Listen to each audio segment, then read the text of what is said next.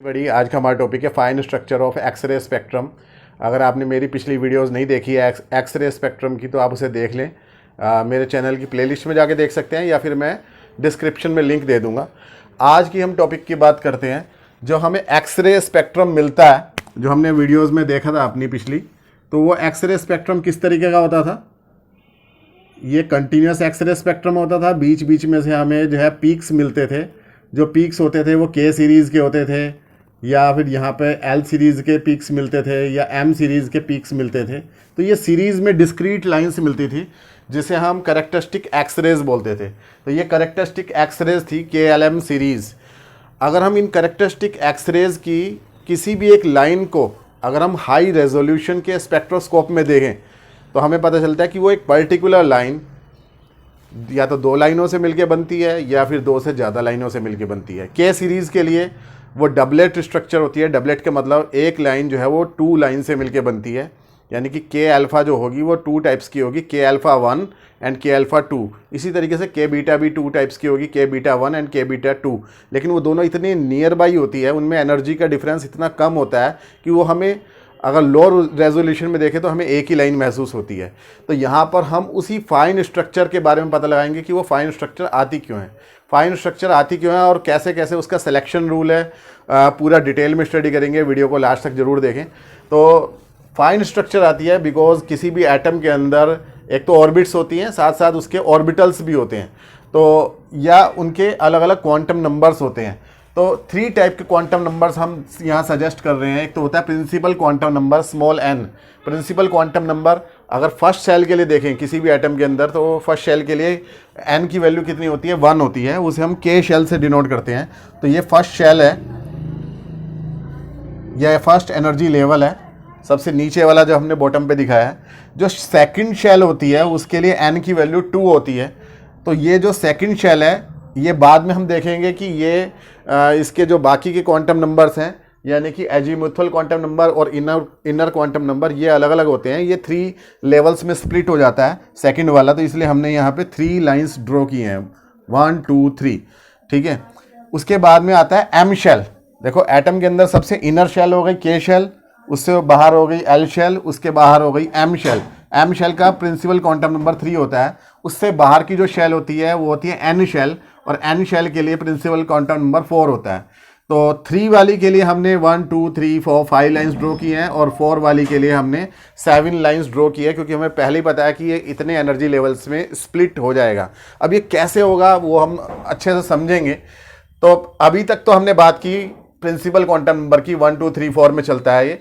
Azimuthal quantum number जो होता है, यानी कि जो ऑर्बिटल के साइज को शो करता है या ऑर्बिटल की स्ट्रक्चर को शो करता है, जो एजीम्यूथल क्वांटम नंबर होता है, जिसे हम स्मॉल एल से डिनोट करते हैं। एल की वैल्यू कहाँ से कहाँ तक होती है? 0 से लेकर n-1 तक होती है, यानी कि n से 1 कम, ठीक है, 0 से लेकर।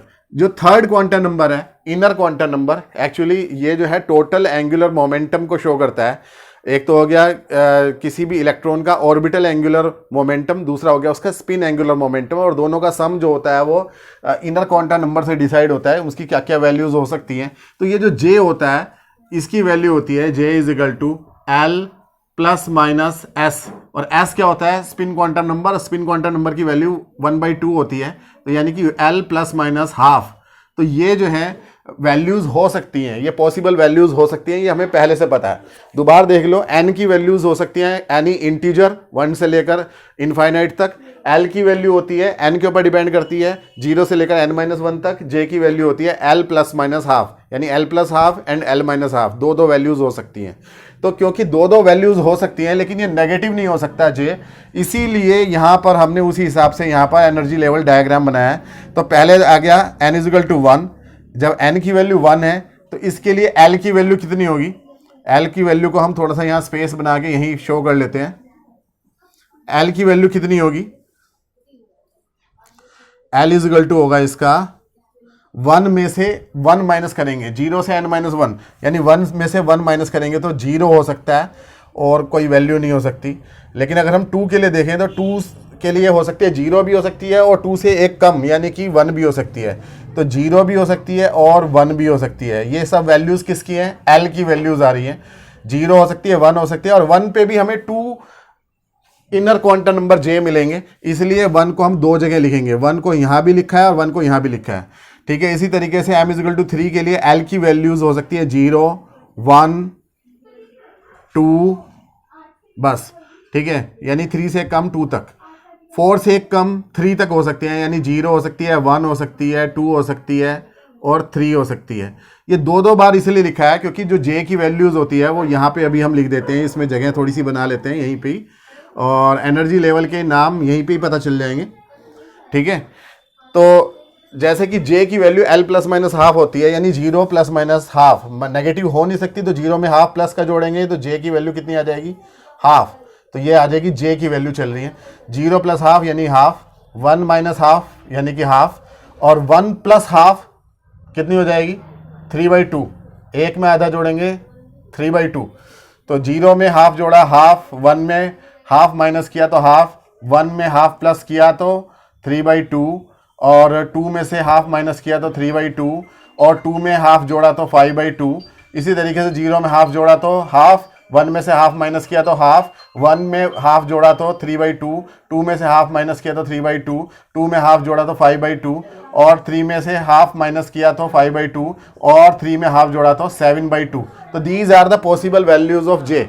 अब इनके बीच में इलेक्ट्रॉन का ट्रांजिशन होगा हायर लेवल से लोअर लेवल की तरफ, ठीक है। जब इलेक्ट्रॉन को हम रिमूव करते हैं k=1 से, यानी कि k वाली ऑर्बिट से हम रिमूव कर देते हैं, तो हमें k सीरीज की लाइन मिलती है, क्योंकि ऊपर के जो ऑर्बिट्स के इलेक्ट्रॉन्स हैं वो सब नीचे की तरफ को जंप करने लगते हैं, तो कोई भी पॉसिबिलिटी हो सकती है। तो यहाँ पर जैसे ही कोई हायर एनर्जी लेवल से इलेक्ट्रॉन लोअर एनर्जी लेवल में आता है तो उसमें से क्या निकलती है, वेव निकलती हैं। ये आपने बोर्स एटॉमिक थ्योरी में पढ़ा हुआ है। तो यहाँ से अब पॉसिबिलिटी क्या है उसके लिए हम देखते हैं सिलेक्शन रूल। तो यहाँ पे सिलेक्शन रूल क्या है, सिलेक्शन रूल की रूल है कि आपका जो डेल्टा एल है, डेल्टा एल की वैल्यू प्लस माइनस 1 हो सकती है, जबकि डेल्टा जे की वैल्यू 0 भी हो सकती है एंड प्लस माइनस 1 भी हो सकती है। तो ये बात आपको ध्यान रखनी है कि सिलेक्शन रूल में कुछ होते हैं कि परमिटेड एनर्जी लेवल्स होते हैं, परमिशन गिवन है कि परमिशन है कि यहाँ से यहाँ ट्रांजिशन हो सकता है, और कुछ होते हैं कि जो फॉरबिडन होते हैं। तो अगर हम इसका ध्यान रखें delta L is equal two plus minus 1, यानी कि 0 नहीं हो सकता, तो यहाँ पर 0 से इलेक्ट्रॉन 0 में जंप नहीं कर सकता, क्योंकि 0 माइनस 0 0 हो जाएगा। 1 से 0 में जंप कर सकता है, यानी कि एक तो यहाँ से 1 से 0 में जंप कर सकता है, दूसरा ये वाले 1 से भी 0 में जंप कर सकता है। लेकिन साथ साथ हमें इनर क्वांटम नंबर का भी ध्यान रखना होगा, वो वैल्यू 0 भी हो सकती है डेल्टा जे की वैल्यू, और प्लस माइनस 1 भी हो सकती है। तो हाफ में से हाफ माइनस हो जाएगा इस वाले ट्रांजिशन के लिए, तो 0 आ जाएगा डेल्टा जे की वैल्यू, और 3/2 में से 1/2 माइनस होगा तो 1 आ जाएगा। तो यानी ये भी पॉसिबल है। इसके अंदर डेल्टा जे की वैल्यू कितनी है, 0, delta J is equal to 0, और इस वाले ट्रांजिशन के लिए delta J is equal to कितना है, 1।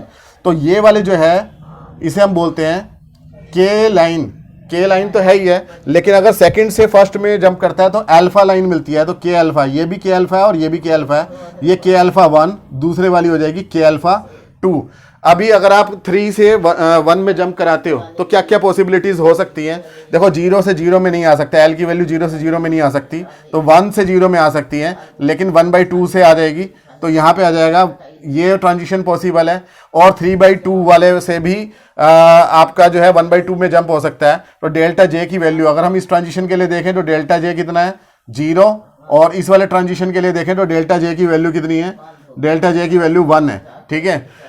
यहाँ से जंप अगर हम देखें इससे ऊपर वाले 2 से L इज इक्वल टू 2 से L इज इक्वल टू 0 में जंप नहीं हो सकता, बिकॉज जो है डेल्टा L की वैल्यू प्लस माइनस 2 पॉसिबल नहीं है। तो यहाँ पर ये दोनों लाइंस जो है हमें के बीटा की मिलती हैं, ये हो गई आपकी के बीटा 1 और ये वाली हो गई आपकी के बीटा 2, ठीक है। इसी तरीके से हम अगर हम उससे ऊपर लेवल से देखते हैं तो 0 से 0 में पॉसिबल नहीं है, 1 से 0 में पॉसिबल है, फिर से 1 से जब 0 में पॉसिबल है तो यहाँ से आपको मिलेगी के गामा 1, और ये आपको मिल जाएगी दूसरे वाली के गामा 2। तो ये के गामा 1 एंड के गामा 2 ये दोनों मतलब ये सारी की सारी किस सीरीज़ की मिल रही है आपको, ये के सीरीज़ की मिल रही है। ये सारी की सारा स्पेक्ट्रम जो मिल रहा है ये आपको मिल रहा है के सीरीज़, और के सीरीज़ में आप देख सकते हो कि डबलेट स्ट्रक्चर मिल रही है, यानी एक एक लाइन जो है वो 2 लाइन्स में स्प्लिट हो रही है। लेकिन अगर आप एल सीरीज़ के लिए यही सब चीज़ें देखो तो फिर आपको डबलेट से ज़्यादा मिलेंगी। कैसे मिलेगी, देखो आप 0 से पहला देखें एम से ट्रांजिशन हो रहा है, ऊपर के एनर्जी लेवल से इलेक्ट्रॉन नीचे जंप कर रहा है, तो यहाँ डेल्टा एन तो कुछ भी हो सकता है, एन में तो कुछ भी चेंज ला सकते हो, 3 से 2 में आएगा ही आएगा इलेक्ट्रॉन, ठीक है। लेकिन एल की वैल्यू 0 से 1 में आ सकती है, तो 0 से 1 में जा सकती है और 0 से नीचे वाले 1 में जा सकती है, ठीक है। लेकिन 0 से 0 में नहीं जा सकती, 0 से 0 में नहीं जा सकती। लेकिन जब 0 से ये वाले 1 में गई तो ट्रांजिशन में डेल्टा जे कितना हुआ, 3/2 - 1/2, यानी कि ये डेल्टा जे हुआ आपका 1, ठीक है। और इसमें जब गई तो ये डेल्टा जे हुआ आपका 0, यानी कि ये दोनों पॉसिबिलिटीज हैं, ठीक है। तो ये तो 0 to 1 वाली पॉसिबिलिटी हो गई। अब 1 से देखो, इस वाले 1 से 0 में जा सकती है और इस वाले 1 से भी 0 में जा सकती है, ये दोनों पॉसिबिलिटीज हैं, ठीक है। 1 से 0 में, 1 से 0 में, लेकिन 1 से 1 में ट्रांजिशन नहीं हो सकता। क्यों नहीं हो सकता? क्योंकि जो है वो डेल्टा जे की वैल्यू परमिटेड नहीं है। अब आप देखो 2 से डेल्टा जे की वैल्यू, मतलब यहाँ पे 2 से 1 में परमिशन है। कौन कौन से 1 में परमिशन है? इस वाले 2 से एल की वैल्यू 2 से 3/2 इसमें परमिशन है। इस 2 से 1/2 वाले में परमिशन है और ऊपर वाले 2 से 5/2 वाले से 3/2 वाले में परमिशन है। एक बात ये ध्यान रखें, इस 5/2 से आप 1/2 में ट्रांजिशन नहीं कर सकते, क्योंकि 5/2 - 1/2 कितना हो जाएगा, 2, तो वो परमिटेड नहीं है। तो यहाँ पर आपको ये सारी की सारी जो लाइंस मिली है 1 2 3 4 5 6 7, ये सारी की सारी क्या है एक्चुअली एल अल्फा लाइंस हैं। L alpha 1, L alpha 2, L alpha 3, L alpha 4, L alpha 5, L alpha 6 और एल अल्फा 7, ये सारी की सारी 7 लाइंस आपको मिल गई हैं। इसी तरीके से आप एन से ट्रांजिशन अगर आप एल लेवल में करते हैं तो ये आपको एल सीरीज़ की और लाइंस मिलती हैं। तो एल सीरीज़ की 0 से 0 में तो पॉसिबल नहीं है, ठीक है। फिर से अगर आप देखेंगे तो 0 से आपकी 1 में पॉसिबल है, ठीक है, और 1 से आपकी 0 में पॉसिबल है, इस 1 से आपकी 1 में पॉसिबल है, ऊपर वाले 1 से भी, ठीक है, ऊपर वाले 1 से भी आपकी जो है 0 में पॉसिबल है। ऊपर वाले 1 से 0 में पॉसिबल है जी, है। 3/2 में से 1/2 माइनस होगा, 1 आ जाएगा, ठीक है। ऊपर वाले 1 से इस वाले 1 में भी पॉसिबल है, ठीक है। ऊपर वाले 1 से जी 1 में पॉसिबल नहीं है, ये वाले 1 में पॉसिबल नहीं है, ये लाइन 0 में ही पॉसिबल है, तो ये लाइन नहीं मिलेगी, ठीक है। तो इसी तरीके से 1 से आपका 1 से 2 लाइंस मिल गई हैं। 2 से अब कहाँ पॉसिबल है? 2 से 1 में पॉसिबल है, जबकि 3/2 वाला ट्रांजिशन हो रहा है, 3/2 से 1/2 में, और 3/2 से 3/2 में भी पॉसिबल है, एक लाइन ये भी मिल सकती है। इसी तरीके से 5/2 से 3/2 वाले में 1 में पॉसिबल है, और लास्ट जो है वो 3 वाले से किसी में जंप नहीं कर सकती, क्योंकि यहाँ से एल की वैल्यू 3 है और यहाँ एल की वैल्यू 1 है, तो 3 - 1 यानी कि डेल्टा एल की वैल्यू 2 हो जाएगी, वो पॉसिबल नहीं है।